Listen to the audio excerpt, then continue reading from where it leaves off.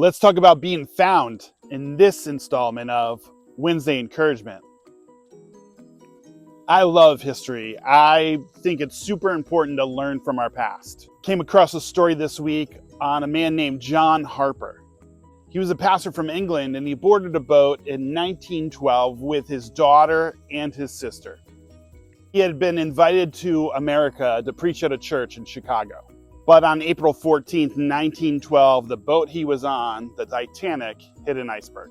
Stories of his account have him helping his daughter on a life raft, assisting others, and telling people about the love of God.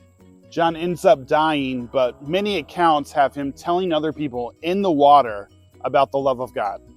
And one man at a survivors meeting in Canada claimed that John asked him several times in the water if he knew God, if he knew Jesus. And one account of the story has John giving up his life vest to this man and saying, "Now you do." And that man called himself the last convert of John Harper. And whether the life vest part is true or not, it doesn't negate the fact that John believed, I believe, with all my heart, mind, and soul, that God wants everybody to find his love.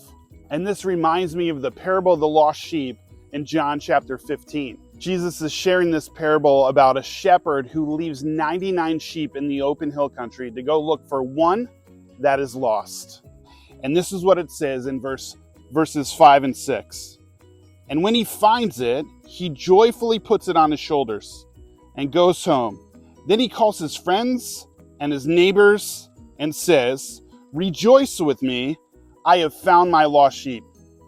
Spiritually speaking, we're lost, and God wants us found, and he actively pursues us. So if you're feeling lost this week, allow God to find you and carry you home. And if you've found the love of God, don't be afraid to share it. And when appropriate, use words. You got this. Go in peace.